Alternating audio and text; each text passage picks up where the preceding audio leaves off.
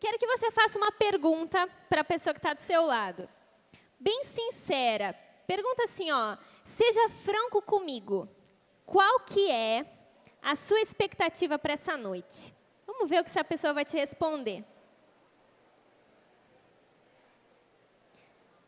Pode ser bem sincero, pode ser bem franco. Talvez você caiu aqui de paraquedas. É hora da verdade.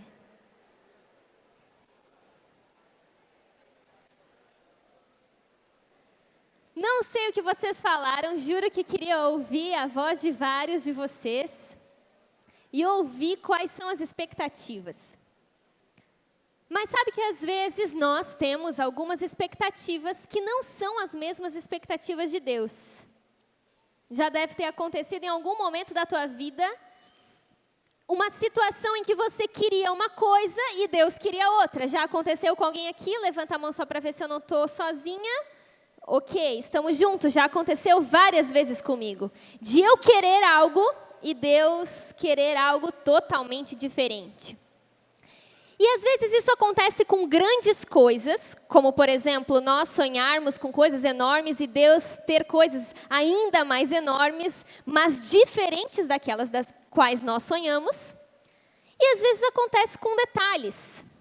Às vezes você está afim de comer algo, mas o que tem é outra coisa. Você está afim de comer uma lasanha maravilhosa preparada pela sua mãe e só tem ovo. Glória a Deus pelos ovos. É muito bom. Talvez às vezes você tenha uma expectativa de, quem sabe, chegar num lugar e encontrar, por exemplo, numa loja, aquele produto que você tanto imaginou. Mulher tem isso. Vou contar um segredo para vocês, homens. A gente nunca vai numa loja assim, às vezes vai, né? Mas na grande maioria das vezes a gente não procura ver o que tem e simplesmente descobrir lá na hora o que tem. A gente já tem tudo na nossa cabeça. Já tem tudo programado. A gente inventou um produto que nem existe, mas existe na nossa mente. Na verdade, existe exatamente na nossa mente. A gente sabe a cor, a gente sabe o tamanho, a gente sabe todas as coisas, mas quando a gente chega na loja, muitas vezes não está lá. E essa é a vida. Às vezes a gente tem expectativa de algo, mas não tem aquele algo. E às vezes a gente acha que isso é muito ruim. Mas quando a gente aquieta nossa alma, que fala demais, quando a gente aquieta as nossas emoções, que às vezes nos agitam demais, muitas vezes nós percebemos que aquilo que nós queríamos não é aquilo que nós precisávamos. Eu estou falando isso porque eu sinceramente não sei qual a tua expectativa para essa noite. Talvez alguns vieram aqui com sede de Deus, com fome de Deus. Talvez outros vieram aqui com fome de comida. Ou assim, sem nenhuma expectativa, curiosos para ver qual que é dessa onda dura. Não sei de onde você veio, se você estava no teu GP agora à tarde, se você estava dormindo, se você nem está aqui, eu não sei. Mas eu sei que como corpo, como igreja, Deus tem algo para a gente essa noite. Você acredita nisso? Eu acredito demais nisso, mas a grande questão é que talvez aquilo que você quer não seja aquilo que você precisa.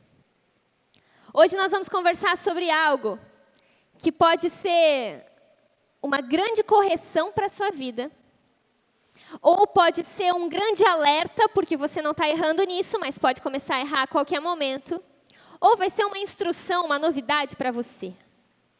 Independente do que for, eu quero muito te convidar a aquietar a sua alma, a aquietar o seu coração e deixar Deus falar com você. Tudo que vai rolar nessa noite, obviamente, você não vai ver anjos voando, você vai ver pessoas aqui ministrando, você vai ver músicas sendo tocadas, você já viu arte, você já está vendo várias coisas. Mas essas coisas não têm poder nenhum, não têm capacidade nenhuma, se você não deixar Deus te ministrar. Eu quero muito te convidar a aquietar o teu coração. Por gentileza, feche os seus olhos. Baixe a sua cabeça. Às vezes nós estamos acelerados, agitados, e precisamos dar espaço para o Espírito Santo falar conosco.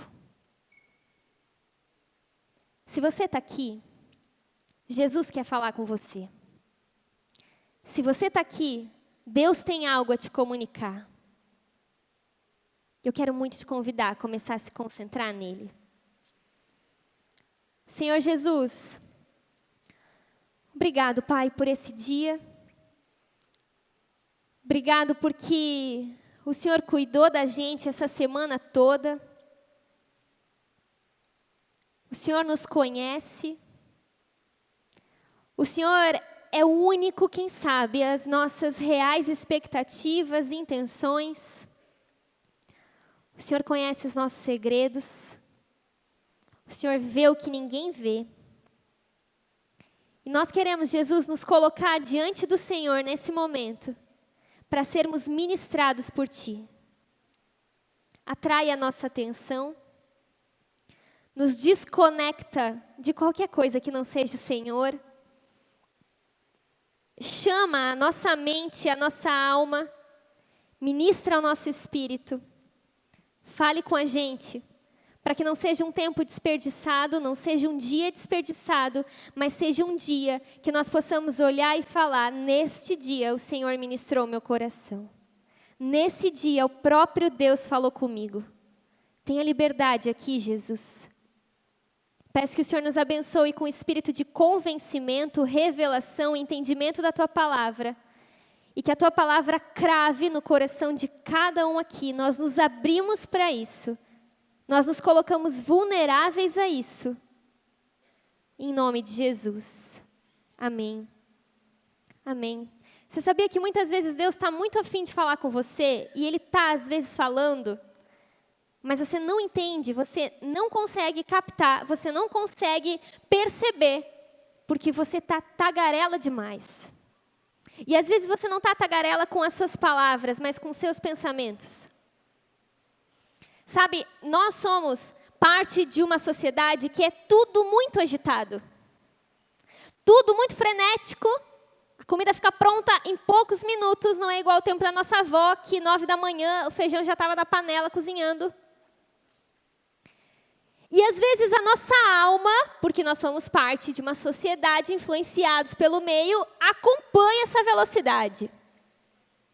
E nós somos acelerados e distraídos, e qualquer coisinha que acontece chama a nossa atenção mais do que aquilo que muitas vezes precisa chamar, que é a voz de Deus. Hoje eu vou pregar rapidamente, depois a gente vai ter várias outras coisas especiais nesse Soma, mas nesse único tempo que a gente vai ter, concentra em mim, eu concentro em ti, a gente concentra em Deus, e Deus fala com a gente. Vamos fazer esse combinado? Então, amém. Hoje a gente encerra o Intertema na Onda, que nós estamos falando sobre coisas que Deus odeia. Quantos estão acompanhando isso desde o início, só para eu saber? Legal.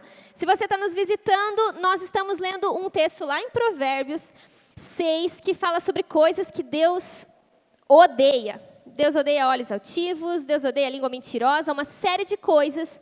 E hoje nós vamos falar de algo que Ele detesta. Muitas vezes, quando pensamos em Deus, nós lembramos daquela frase que está sempre adesivada no caminhão. Deus é amor. Quando não é esse, é Deus é fiel. Quando não é esse, é umas piadas, que às vezes eu nem entendo o significado. Mas geralmente é Deus é amor. Quando tem disputa, intriga no Facebook, esse é o argumento. Mas Deus é amor. Você já sabe isso, decore salteado. Mas tem coisas que Deus detesta, tem algo que Ele abomina, e isso tem tudo a ver com o fato de Ele ser amor. Tem tudo a ver com o fato de Ele querer o melhor para nós. E a palavra fala lá em Provérbios 6, lá no final, que algo que Deus detesta é aquele que provoca discórdia entre irmãos. Quando você ouve alguém te dizer aquilo que a pessoa detesta, isso revela o coração dela. Se você ouve alguém falando, eu odeio aquela pessoa, aquele cantor, odeio, consigo ouvir uma música, eu não sigo no Instagram, eu não suporto. Isso, obviamente, não revela as palavras da pessoa, revela o coração da pessoa. Concorda comigo? É algo interno. E isso revela algo que está no profundo do coração de Deus. Deus odiar a discórdia entre os irmãos. Sabe, eu não sei você, mas ultimamente,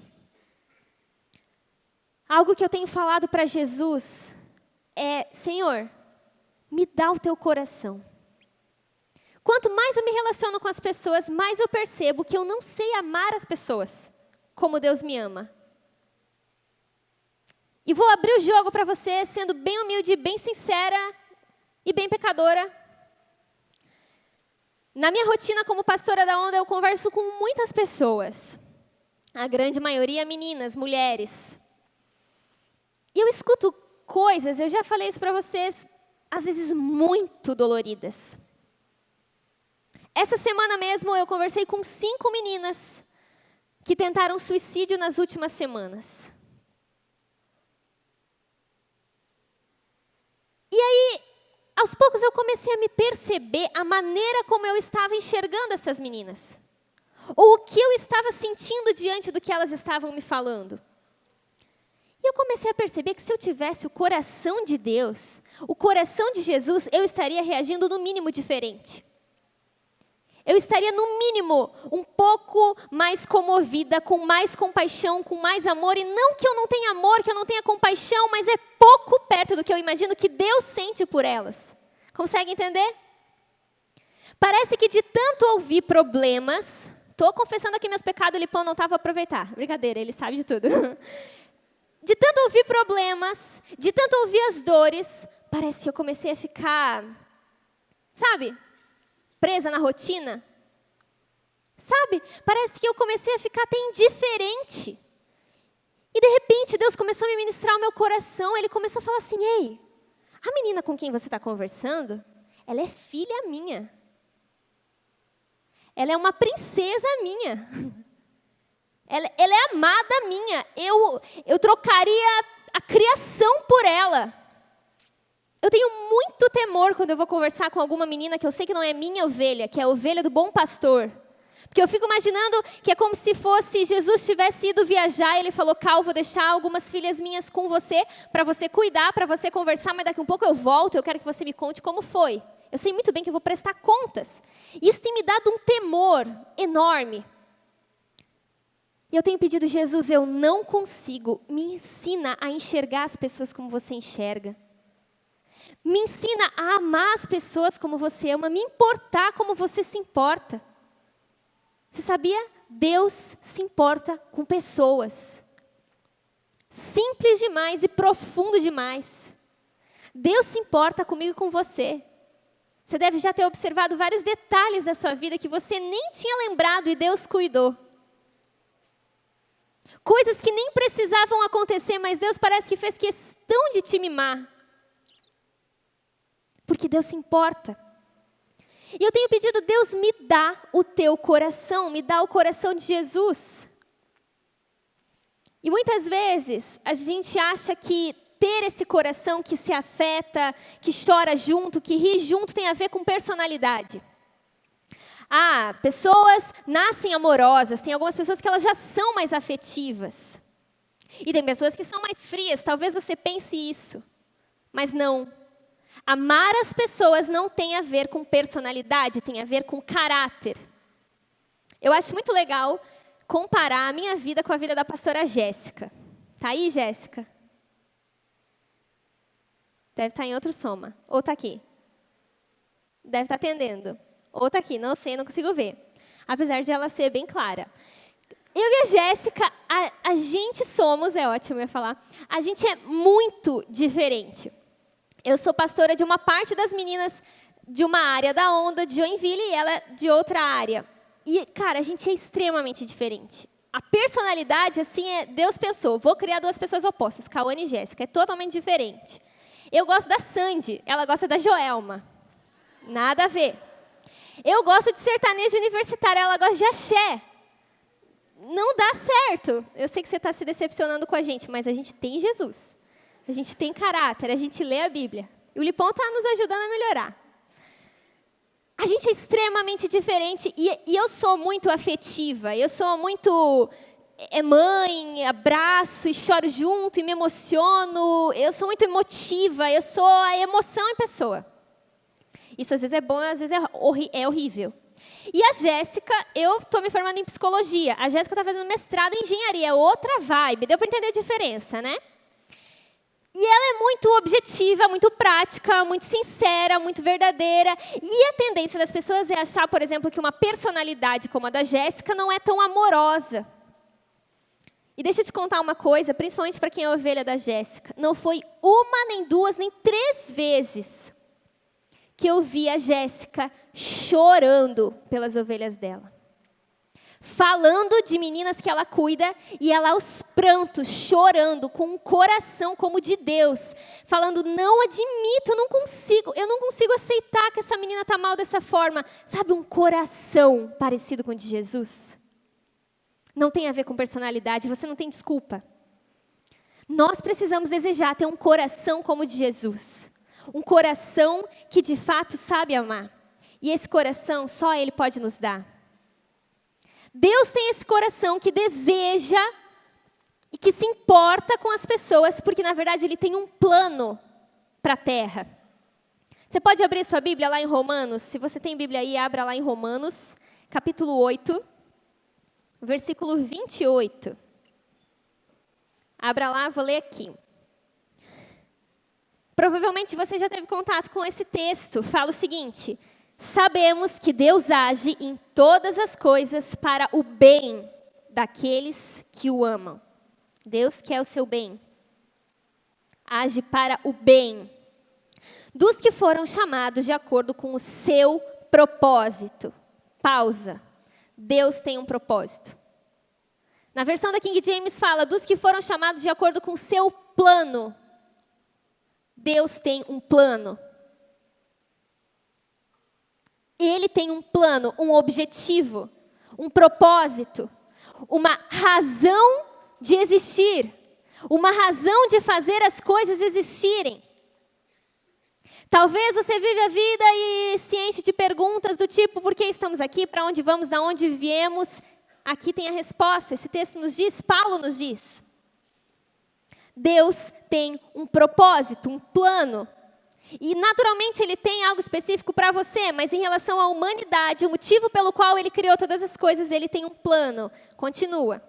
Pois aqueles que de antemão conheceu, também os predestinou para serem conformes à imagem de seu Filho, a fim de que Ele seja o primogênito entre muitos irmãos. Se você é discipulado na onda, você já ouviu isso. O propósito de Deus é ter, me ajuda? Uma família de muitos filhos semelhantes a Jesus. Talvez você saiba isso decore salteado, talvez está ouvindo pela primeira vez. Mas se isso de fato entra no teu coração, algumas atitudes suas urgentemente precisam mudar. Deus, Ele tem um plano. A humanidade não existe por acaso, não existe sem propósito. O propósito dele é ter muitos filhos, uma família, não uma instituição, não uma empresa, não uma igreja, não um prédio, uma família de muitos e muitos filhos, mas que não são quaisquer filhos, são parecidos com ele. Tem o caráter dele e o coração dele. A salvação, aceitar Jesus como seu Senhor e Salvador, crer na cruz de Cristo é um meio, é só uma necessidade para que a gente pudesse ser útil e pudesse participar desse plano. Vocês entendem isso? O propósito real de Deus é se deliciar com a sua família, que glorifica Ele e Ele ama, e por receber esse amor, essa família devolve em amor a Ele, e assim as coisas giram na eternidade, no sonho de Deus. Mas acontece que, lá no céu, Deus sempre teve esse plano na mente dele. Existiu um sério problema que você já ouviu qual foi? A queda de Lúcifer. Satanás, quando cai, e a gente não vai entrar nesses pormenores, ele passa a ter um objetivo. Ele passa a ter um propósito, que é justamente impedir a realização do propósito de Deus. Deus quer que nós sejamos muitos irmãos. Deus quer que nós sejamos uma família, parecidos com Ele, onde nós vivemos num ambiente de amor, de paz, onde nós glorificamos a Deus e Ele cuida de nós como seus filhos. Mas Satanás e seus demônios trabalham incansavelmente para impedir isso. E a maneira como ele trabalha, a arma mais eficaz que Satanás usa contra a igreja, que são essas pessoas que estão buscando viver esse propósito, é a divisão. A palavra fala em Mateus 12:25, Jesus está explicando e ele diz que todo reino dividido contra si mesmo será arruinado e toda cidade ou casa dividida contra si mesma não subsistirá. Ou seja, o que dividiu o céu não foram os ataques externos, mas era o que estava rolando lá dentro. Lúcifer, lá dentro, uma pressão interna. Da mesma forma, preste atenção nisso, o que divide a igreja, o que faz a igreja andar mais devagar, o que prejudica a igreja, não são os ataques externos, mas os ataques internos. As divisões entre nós aqui, irmãozinhos de Jesus, olha para a pessoa que está do seu lado. Essa pessoa, se ela quiser, ferra com a tua vida. Se for o teu marido, pode ser mais intensamente. Se for tua esposa, também, porque está ainda mais perto. Sabe mais ainda teus defeitos. Sabe quando começam a falar mal da onda, por exemplo, ou quando começam a falar mal de crente, enfim, de Jesus, o que acontece com a gente? A gente se une. A gente se une, a gente ora mais. A gente fica ainda mais orgulhoso de servir a Cristo, não é isso? Quando, por exemplo, tem alguma coisa externa, como a falta de dinheiro, e a gente não tem um pico para onde ir, nunca aconteceu, mas vamos imaginar, vamos bater na madeira. Não precisa bater, que Deus cuide disso para a gente. Mas imagina que tem um ataque externo, a gente fica sem pico, sem lugar, sem espaço. O que a gente vai fazer? A gente vai se unir. Talvez seria até legal para a gente ver se a gente começa a valorizar e entende que a gente, como família, pode muita coisa junto. Coisa externa, muitas vezes só nos fortalece. Agora, quando começam intrigas, discórdias, mágoas, conflitos, brigas, desonras, um falando mal do outro, fofoca, crítica, aí, meu filho, a coisa pode ficar mais complicada. E como Deus odeia isso. Sabe, eu lembro do meu pai. Pai, se você está assistindo isso, te amo. Ele assiste, gente. Todo sábado, lá em Cruz Alta, no Rio Grande do Sul, cidade que ninguém conhece, só vocês, porque eu conto para vocês sempre. Meu pai assiste esse culto. Fico muito emocionada. Alguém se emociona comigo? Obrigada, gente. Pai, te amo. O que acontece? O meu pai, gente, eu lembro algo que deixava ele muito chateado, que era quando eu e minha irmã brigava. E eu apanhava da minha irmã. Ela é mais nova que eu e ela me agredia fisicamente, moralmente. A gente brigava mesmo. E eu lembro que a minha mãe, quando a gente brigava, minha mãe era muita tunda, muita chinelo na cabeça, apanhei muito.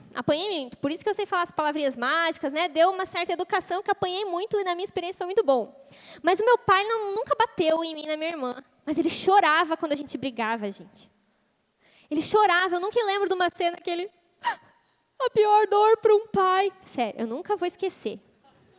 A pior dor para um pai é ver as suas filhas brigando. Eu lembro que eu e a minha irmã, a gente se olhou assim, tipo...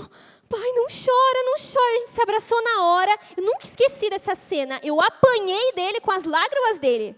Foi mais ou menos isso. E eu falei, olha, eu não consigo entender o que passa no coração de uma mãe, de um pai, mas eu lembro que doía para o meu pai ver a gente se matando, que a gente se matava, dava polêmica. Um dia eu conto. Não hoje. E eu fico imaginando o coração de Deus.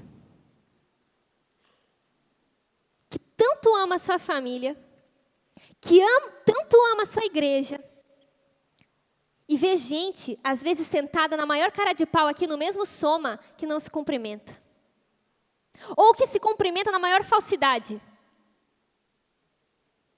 Ou então, que faz que está tudo bem, mas fala mal numa primeira oportunidade. Você imagina o coração de Deus? E às vezes você acha que isso é só natural, mas na verdade é uma estratégia, uma cilada, uma artimanha para ser mais crente ainda, de Satanás, para dividir e nos parar como igreja. Sabe, é incoerente nós falarmos que amamos a Deus, se nós não soubermos viver em família. A palavra é muito clara em 1 João 4,20, que se alguém afirmar, eu amo a Deus, mas odiar o seu irmão é mentiroso. Pois quem não ama o seu irmão a quem vê, como pode amar a Deus a quem não vê? E eu sei que você, como um bom crente que é, evangélico,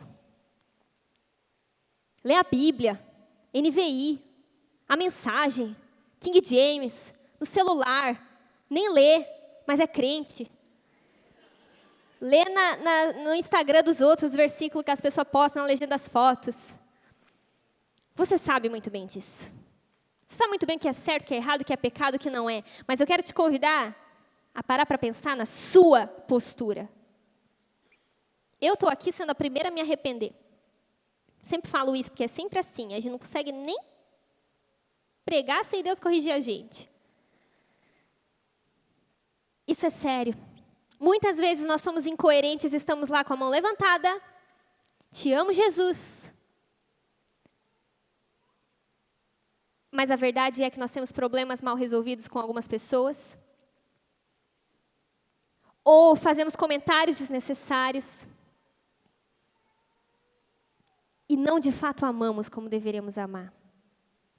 Às vezes isso acontece com uma pessoa que você não tem muita proximidade, que você julga sem nem conhecer. Nós somos muito bons nisso. Uma capacidade muito apurada de imaginar como a pessoa é, sendo que você nunca sentou numa mesa com ela para conversar. Quer ver com gente famosa, coitados. Todo mundo tem uma opinião sobre as pessoas, nunca nem falou na cara dela. Quer ver com pastor, esse eu gosto, esse eu não gosto. A gente é bom demais em criticar. Fofoca. Isso é tão grave, isso é...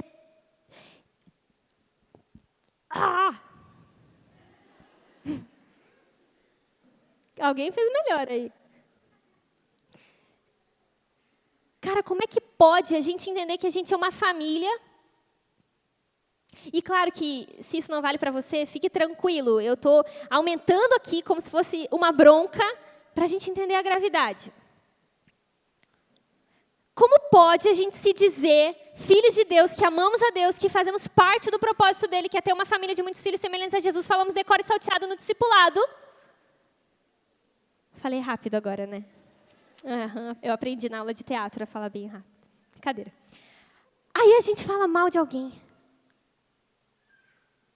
A gente fala para a pessoa que não vai poder ajudar. E com uma desculpa bem crente, né? Eu estou te falando isso para você orar pela pessoa. Para você orar por ela, porque olha, ela não está muito bem. Ela está tão perdida, cheia de desculpa. Você está denegrindo essa pessoa. Não vou com a cara de tal pessoa. Quem você pensa que é para não ir com a cara de tal pessoa? Você já viu aquele vídeo do Lipão que ele está com o cabelo comprido? Não vou nem dizer nada. Vocês sabem que ele disse lá. Deus também não é nosso estilo. Não é, é assim? Mas mesmo assim Ele nos ama. Seletivo com amigos, seletivo com liderança, só se relaciona com um determinado perfil de pessoa. A maneira como muitas vezes nós tratamos as pessoas, sabe, às vezes um olhar de arrogância. Enquanto a Bíblia fala que nós deveríamos considerar as pessoas que estão à nossa frente como superiores a nós mesmos. Temos muito a aprender com a pessoa que está do nosso lado. Mesmo se você tiver 10 anos de igreja, essa pessoa tem 10 minutos. Você tem algo para aprender com ela. Você só não aprende se você for orgulhoso. Comentários desnecessários. Deixa eu te dar uma dica de ouro. Meninas, principalmente, amo vocês. Fica quieta. Menino também, aleluia. Alguém falou aleluia aí. Menino também. Fica mais quieto ainda, brincadeira. A gente precisa aprender a calar. Sabe, tem coisas que você não precisa falar. Às vezes a pessoa passa lá do outro lado, ela está diferente mesmo, ela está esquisita, ela está com uma roupa estranha. Não precisa comentar. Imagina se fosse você. A gente é muito rápido em falar das pessoas. A gente é muito rápido em usar, como o Tiago fala, a nossa boca para coisas boas e poucos segundos depois para coisas ruins. Deus odeia isso. Deus odeia a discórdia entre os irmãos. Eu quero finalizar te contando uma rápida história que a palavra nos diz em algum dos evangelhos. Certo dia, Jesus tinha ressuscitado, mas os discípulos ainda não tinham visto ele. E os discípulos, eles estavam muito amargurados.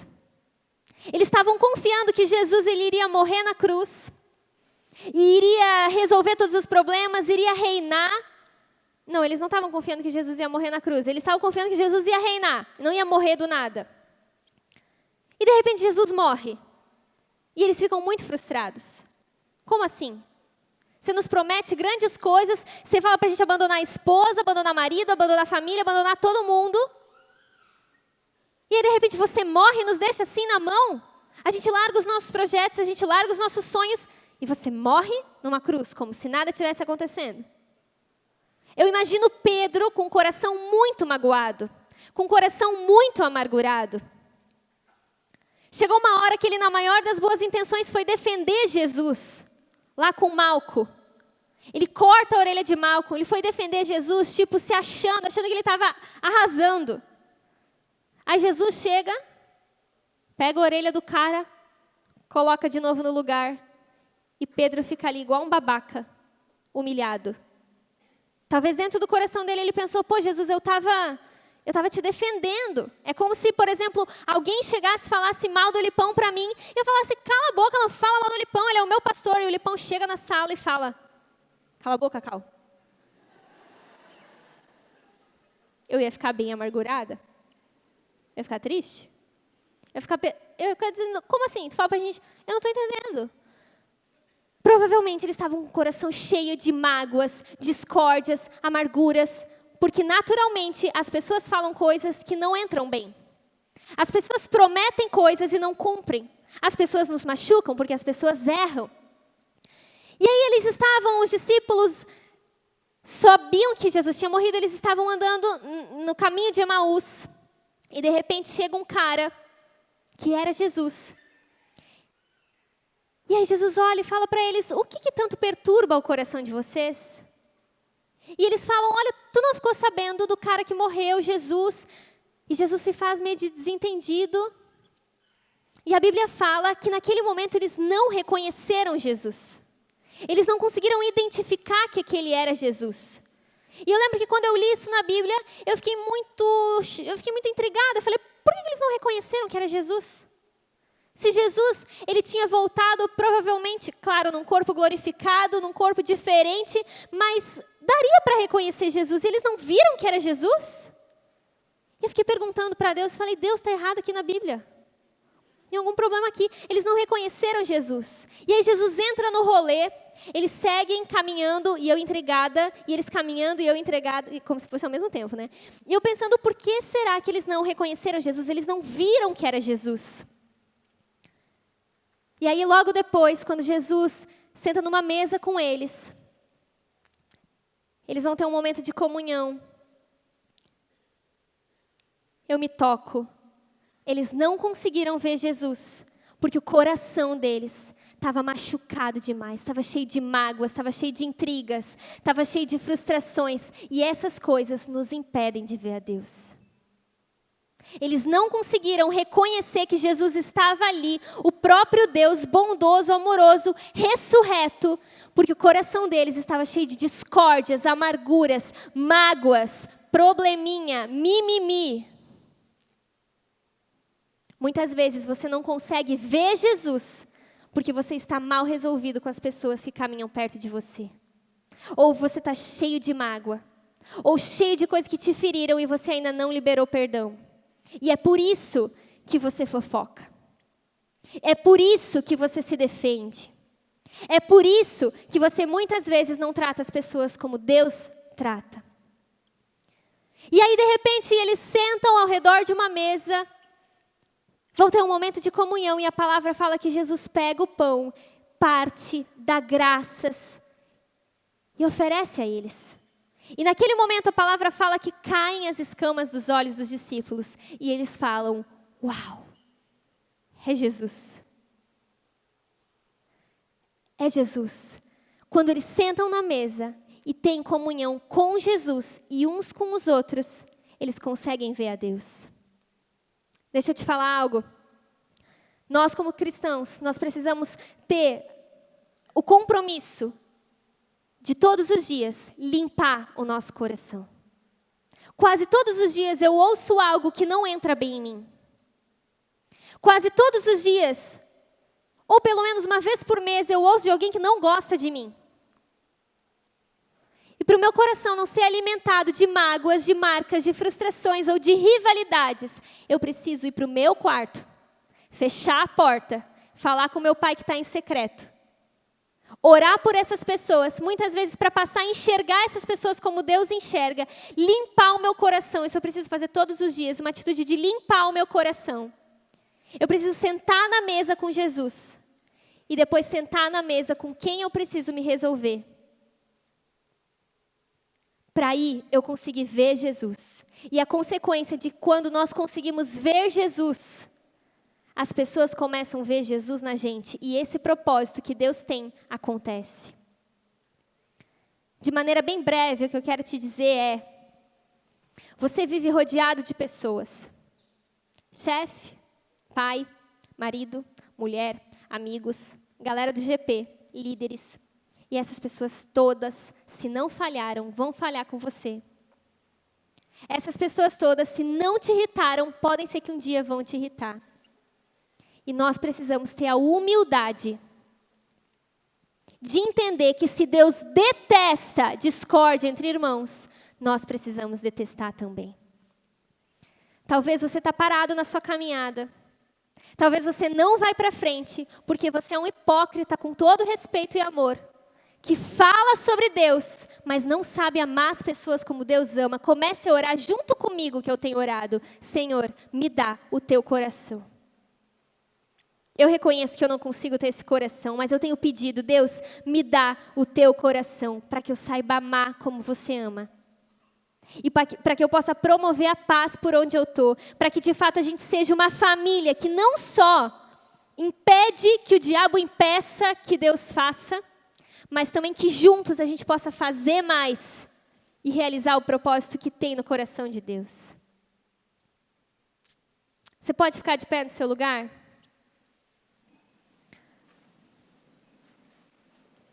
Queria pedir que você desse a mão para a pessoa que está do seu lado.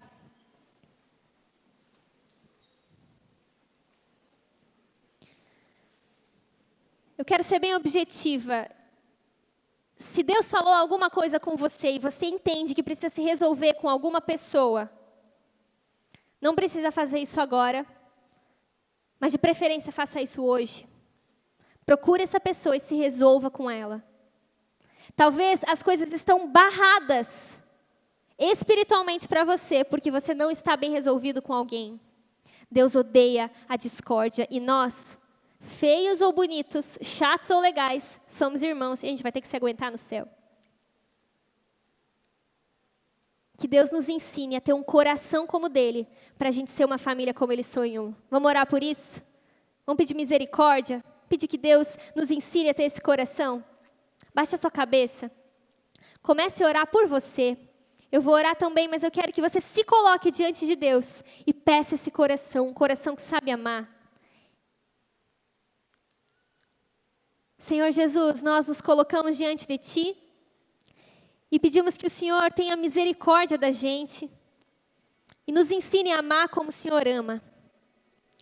Pai, se existem pessoas que estão mal resolvidas umas com as outras aqui, Se existem, Deus, tipos de discórdias, de mal-entendidos, de má resoluções, de críticas, de mágoas no coração, na mente de cada um, que o Teu Espírito sonde, traga à tona, e que possamos ser rápidos em corrigir, porque na verdade temos pressa para ver o Senhor. Temos pressa para ser parte do Teu propósito. Vem, Espírito Santo, sobre cada um. Corrige os nossos corações, nós nos abrimos para isso. E nos dê o Teu coração.